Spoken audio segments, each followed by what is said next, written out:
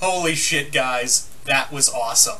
Like, seriously, just, I'm gonna do, like, a little non-spoiler, part before I get into the spoiler territory, but I'm gonna say it right out the gate, guys. This might be my favorite Marvel movie.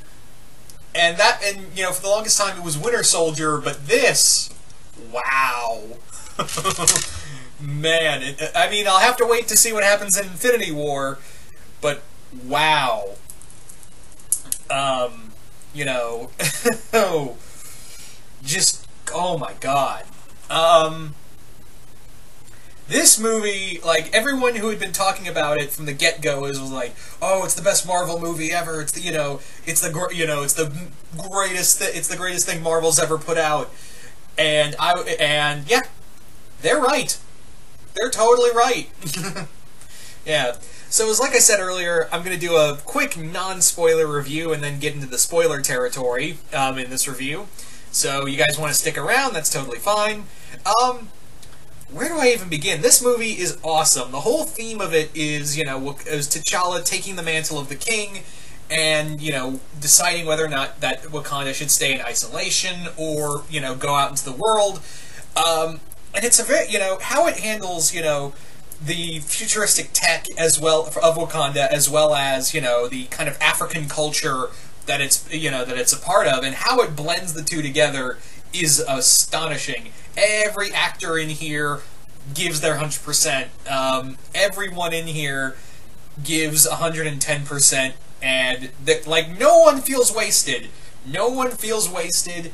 There are jokes in this movie. I mean, it's a Marvel movie, but the jokes in here actually feel fluid. It actually feels pretty fluid. Like, it doesn't, like, stop everything to tell a joke or ruin a dramatic scene with a joke. It doesn't do any of that. It, like, you know, so many Marvel movies, you know, in recent times have been like, oh boy, you know, oh, what a dramatic and dark moment, you know, and then a joke comes along and just nukes the whole thing, and just makes it feel unwanted. In this, it knows when to have a little laugh and when not to have, you know, and when not to laugh, and knows when to be dramatic.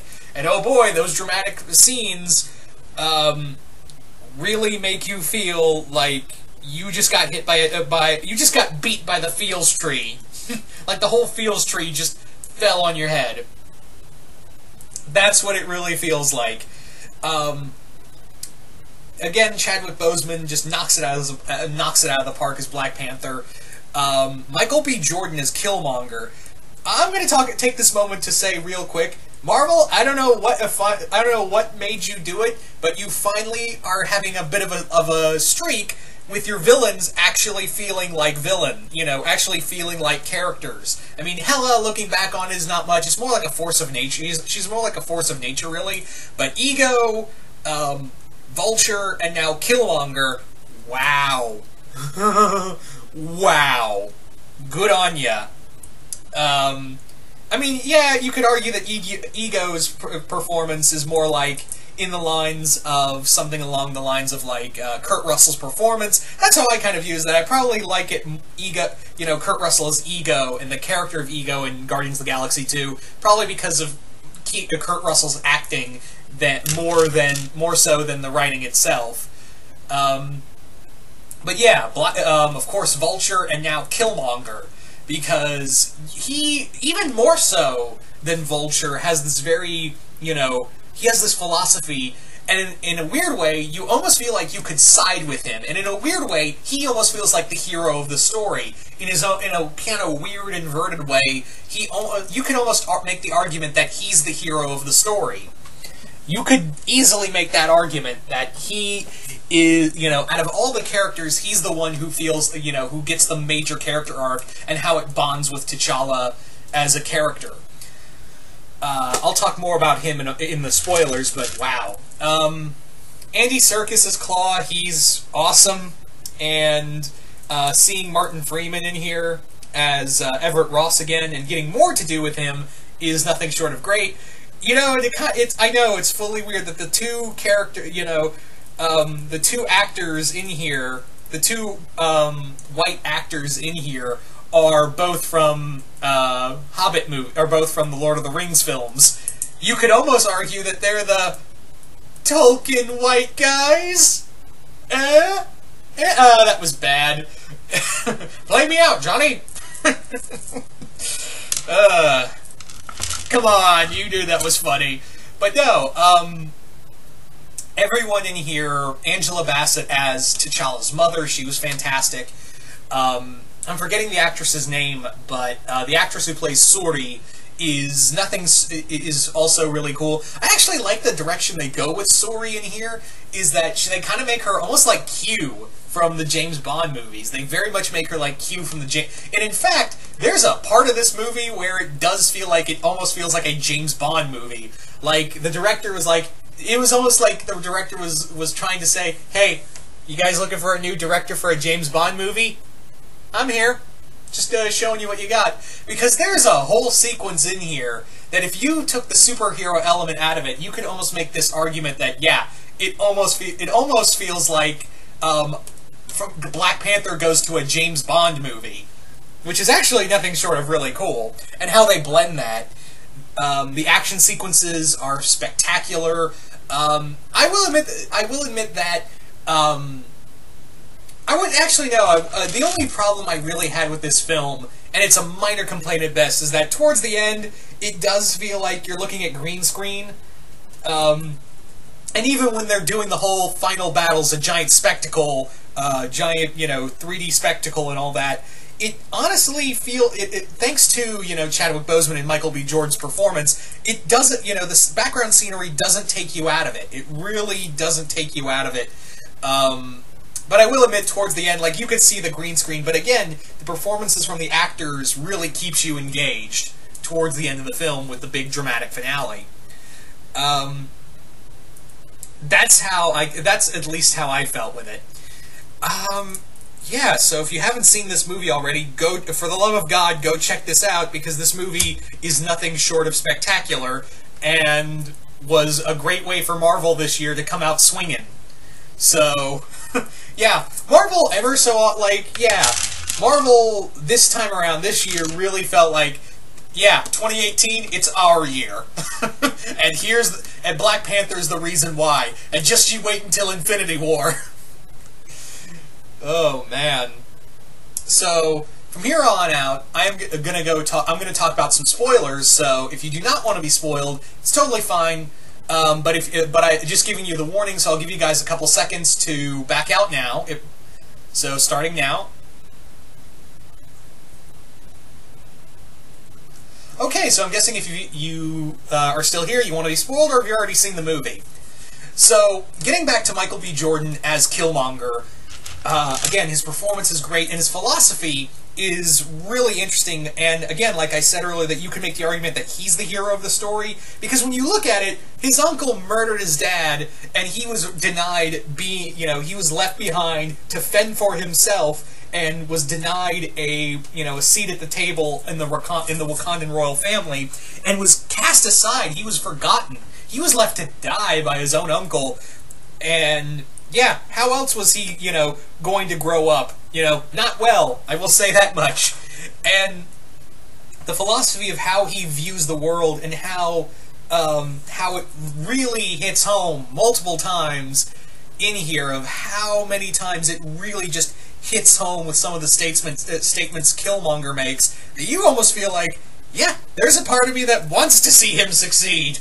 There's a small part of me that wants to go like, I know you're a really bad guy, but I kind of want to see you survive this. I want to see you in more movies. Sadly, that doesn't happen, but at least they make his death really memorable, and again, it really helps develop T'Challa's character. And I can't believe I didn't talk a lot about M'Baku in the non-spoiler review.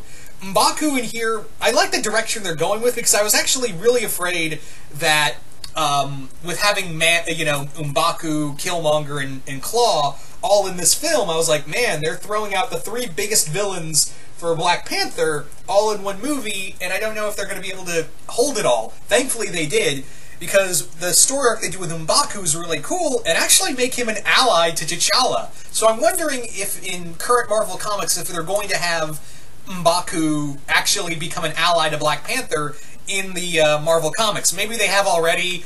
I haven't been able to catch up a lot on the Black Panther comics. I've been really meaning to do that. Man, I really need to get back into you know, finding all these traits for Black Panther and, you know, rereading all that. So, for all I know, M'Baku's already on his side. I don't know, but yeah, that might be a thing if it's not already. And again, Claw, you know, Andy Serkis's Claw is hysterical, but I was kind of bummed that he was killed. And I understand, yeah, it does kind of play into Killmonger's big plan, but I really enjoyed his performance. Again, Andy Serkis is one of my favorite actors, so it's kind of like, man, I was hoping to see like you in future movies. What's up with that? Oh man. And again, going back to Killmonger, is that, you know, you find out that he is technically T'Challa's cousin, is really cool. And again, T'Challa feels like, yeah, I got my own father who I worshipped did this horrible crime, and we've literally created a monster of our own making. That's great. It is a very personal story, while at the same time, this feels very much like a solo Marvel movie. Like, even more than Doctor Strange or any of their other solo Marvel movies after, you know, post Phase 2, where these feel like, you know, this feels like it's part of a bigger universe, but at the same time, still feels like, it, you know, it's its own film. Although I am kind of wondering, you know, we do see Bucky at the end of the film, but I'm wondering, because the rest of the other characters, you know, Steve's is supposed to be in Wakanda, I'm wondering where that is. Maybe they'll explain in Avengers that he took off because he knew, like, maybe they'd be afraid that, you know, the U.S. would come looking in Wakanda for him. So maybe that's why he and the other Avengers took off. We do know that Ant-Man, what happened in Ant-Man thanks to the trailer, but who knows about everyone else, so I guess we'll have to wait for Infinity War with that. I know some people have been complaining, like, oh, why didn't they get Bucky out to help him fight? I'm like, Bucky has one arm, and he's still going through a lot of shit. So, I can understand why they wouldn't defrost him, and if only to move him somewhere else. But, you know, the other thing I'm wondering is that, you know, obviously we're going to get more Black Panther movies in the future, so I'm wondering, you know, what other villains could we have in here? I mean, M'Baku is now an ally to T'Challa. Both Killmonger and Claw are dead. So I'm wondering, who else could you have? It is kind of funny at the end of the movie. Some of the kids who are around Bucky call him White Wolf, which is funny because White Wolf is another villain for Black Panther. Maybe we'll see Black Panther, because obviously, yeah, that's technically his half-brother, but maybe they won't do the Forgotten Family again, because they already did that with Killmonger. So maybe they'll... there's a few other villains you could use. My banking on for the next movie would be Moses Magnum. That would be my guess, is that it's probably going to be Moses Magnum, big corporate giant who employs a lot of vibranium. Definitely, you know, he was kind of like the Lex Luthor to Black Panther, in a way.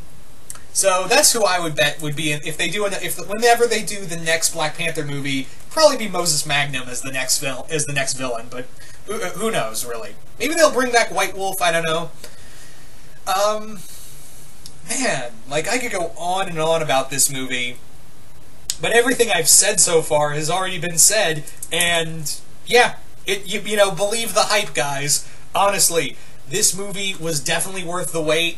It was worth, you know, it again shows that Marvel this year is coming out swinging, and Infinity War might actually have some competition, because I know everyone's excited for, you know, Infinity War to be this giant, you know, Marvel Universe spectacular who's-a-ma-bobbit, and, you know, be the end-all be-all of superhero films. But yeah, on a personal scale, it really has to really compete against Black Panther as my favorite. And again, we've still got Ant-Man and the Wasp, which, yeah, you know, I don't, you know, looking back, I don't have a lot of love for that movie as much as I did when it first came out, but I still don't hate it. But again, I'm not holding my breath that that's going to be like the major Marvel movie. So yeah, Infinity War, while I'm definitely going to enjoy it, I'm going to have to ask myself, how much of Infinity War did I enjoy more than Black Panther? That's going to be a tough one right there.